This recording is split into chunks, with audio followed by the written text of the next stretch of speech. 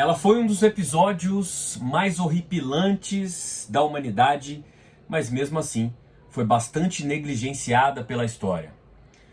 Ela teve uma taxa de letalidade impressionante, e isso talvez explique por que tanta gente quis se esquecer dela.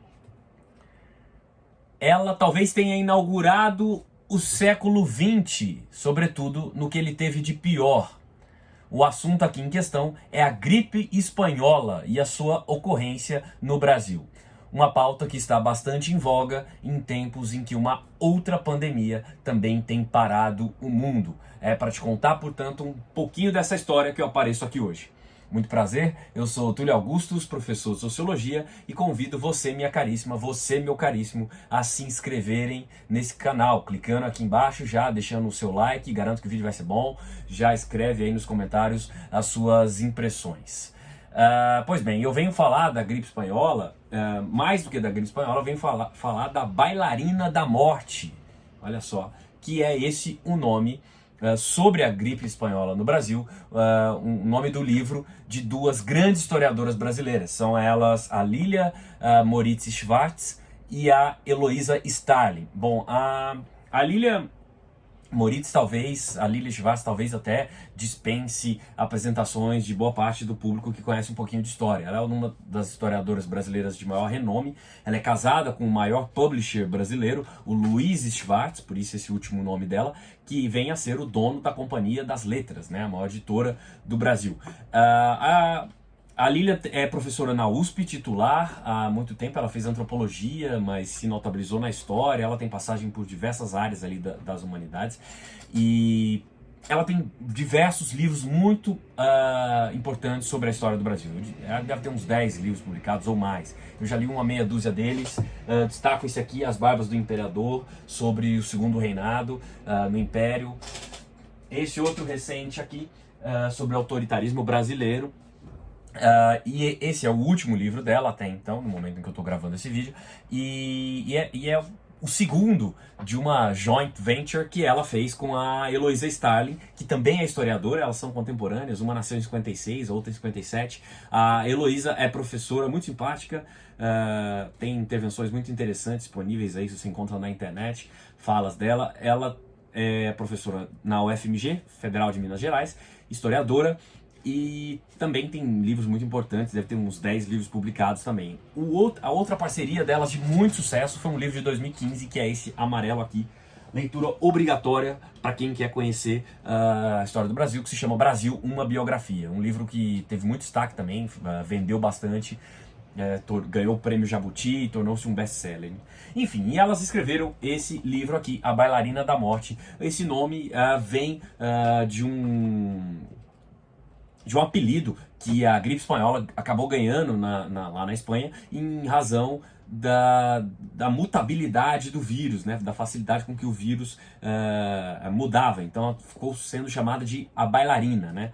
E é curioso que como elas vão ao passado com perguntas do presente. Esse livro foi escrito durante todo o período de isolamento social devido à Covid-19 no ano de 2020.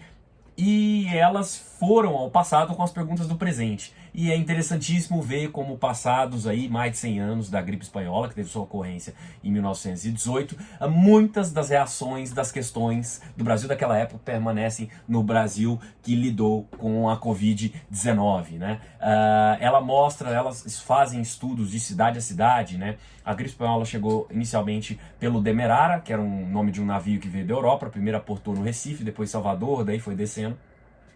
E é curioso como, a começar pela nomenclatura, ela se tornou espanhola porque foi a imprensa espanhola quem primeiro noticiou a gripe. A Espanha não estava tão envolvida na Primeira Guerra Mundial e, portanto, teve mais liberdade para noticiar esse fato que estava matando em toda a Europa. Outros países, por receio disso amedrontar, o chamado esforço de guerra, não noticiaram ou censuraram, dificultaram a disseminação de informações sobre essa gripe, que, na verdade, não é espanhola, mas por conta disso a Espanha levou a fama. Mas o que é mais curioso é que na Polônia ela era chamada de a gripe bolchevique, na Pérsia era chamada de a gripe inglesa e na Espanha era chamada de gripe francesa. Portanto, quando você vê gente aí falando do Covid como o vírus chinês, a gripe chinesa, você sabe que isso tem antecedentes históricos, essa coisa de botar a culpa no estrangeiro, no elemento externo, né?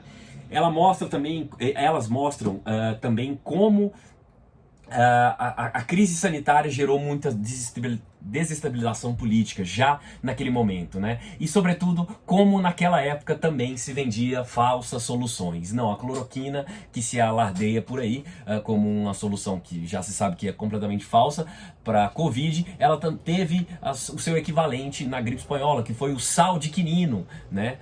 E teve também equivalentes à cloroquina, medicamentos usados para o combate à malária, que foram propagandeados aí por algumas lideranças já naquela época. E são essas coisas que chamam a atenção de como a história muda, mas não muda tanto assim, né? Elas vão fazendo levantamentos de cidade a cidade, elas mostram, por exemplo, como no Recife a imprensa teve um papel muito combativo informando a população, já que o governo tentou fraudar as estatísticas de morte, né? Em Recife houve aquele argumento também de que não era um argumento político, né?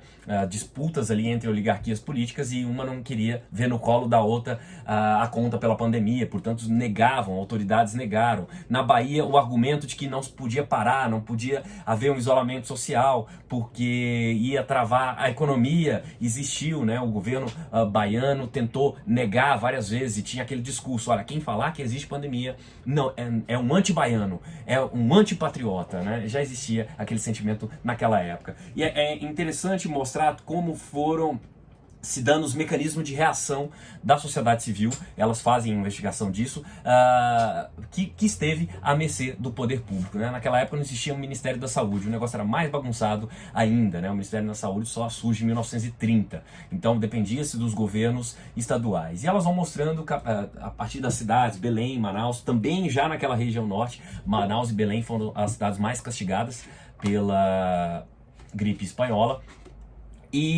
Mas é interessante, ela chamou a atenção como a ciência em nenhum momento foi desprezada. Quando se teve informações sobre a ciência, sobre soluções, saídas científicas para se combater a gripe espanhola, elas foram prontamente adotadas. E até mesmo autoridades antes negacionistas voltaram atrás e mudaram as suas posturas, assumindo o papel da ciência. E olha que a ciência ainda engateava comparado à ciência do mundo da Covid-19, né? Pois bem, é só um convite ao livro, fica aqui, é um livro interessantíssimo para se conhecer a história da gripe espanhola no Brasil. Fica aqui o convite, leiam A Bailarina da Morte, um excelente livro aí em momentos de pandemia ou em qualquer outro. Uma análise política, social sobre o Brasil em momentos de crise sanitária. E triste constatar que o Brasil de 1818 é muitíssimo semelhante ao Brasil que enfrentou a Covid em 2020. Fico por aqui, um abraço, até a próxima.